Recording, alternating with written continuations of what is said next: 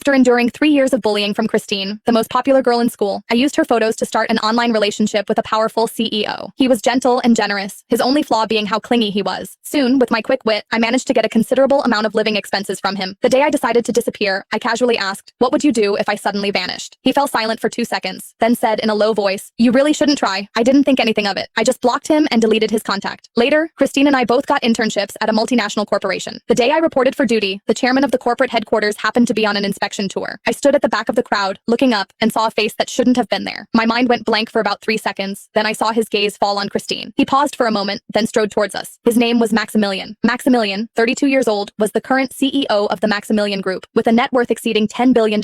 He was wearing a dark gray suit I'd picked out for him myself. His broad shoulders were straight, cuffs meticulously folded, steps steady and controlled. He was like an unsheathed blade. I lowered my face slightly, my heart pounding a bit too fast. Mr. Davies, our manager, whispered to us, "Mr. Maximilian rarely visits. Just act normal. He won't bother with interns." Before he could finish, Maximilian slowed his pace. A cufflink suddenly came loose from his sleeve, bounced twice on the floor, and rolled to Christine's feet. Maximilian stopped. More accurately, he stopped right in front of Christine. They stood face to face, one cold, one captivating, no more than an arm's length apart. His secretary, Mr. Stone, was already bending down to pick it up. Maximilian raised a hand to stop him. Christine's eyelashes fluttered. She understood, bent down, picked up the cufflink, and blushing, handed it over. "Mr. Maximilian, Maximilian wasn't in a hurry to take it. He lowered his eyes and took a small step closer to Christine. A fragrance that blended oud and citrus wafted over. I knew that scent. Last fall, I'd tried it bottle by bottle at a duty-free counter, eventually bought it, and sent it to him by mail. I pursed my lips, subtly averting my gaze. Maximilian stared at Christine's face for a long time. Something churned in his eyes. It was hard to tell, like rediscovery mixed with a hint of hurt. Christine held out the cufflink, waiting for a while, then couldn't help but softly call out,